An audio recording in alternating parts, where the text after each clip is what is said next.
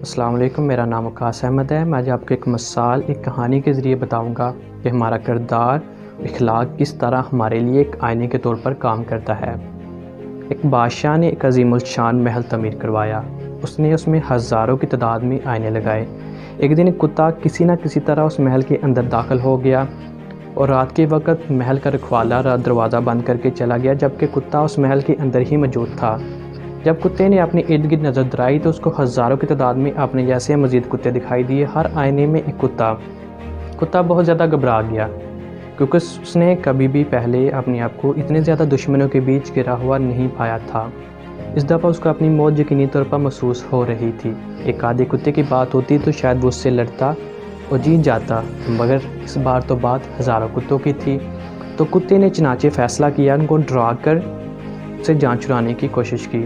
یہاں ایک بات یاد رکھیے گا کہ جو دوسروں کو ڈرانے کی کوشش کرتے ہیں وہ اصل میں خود ڈرے ہوئے ہوتے ہیں، ورنہ ان کو دوسروں کو ڈرانے کی کوئی ضرورت نہیں ہوتی۔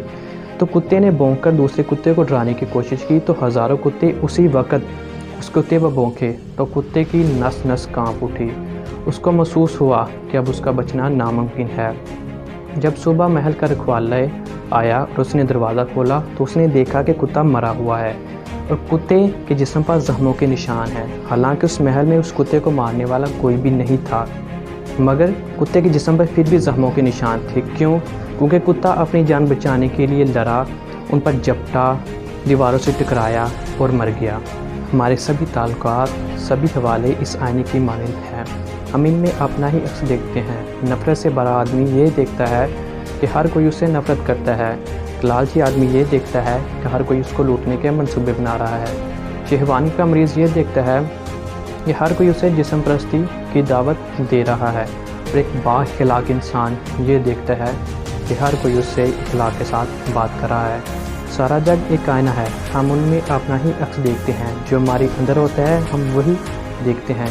لہٰذا اپنے ارد گرد کے آئینوں کو اپنی عمل، کردار، اخلاق کے ذریعے صاف رکھنے کی کوشش کریں۔ اللہ آپ سب کا حامد و ناصر۔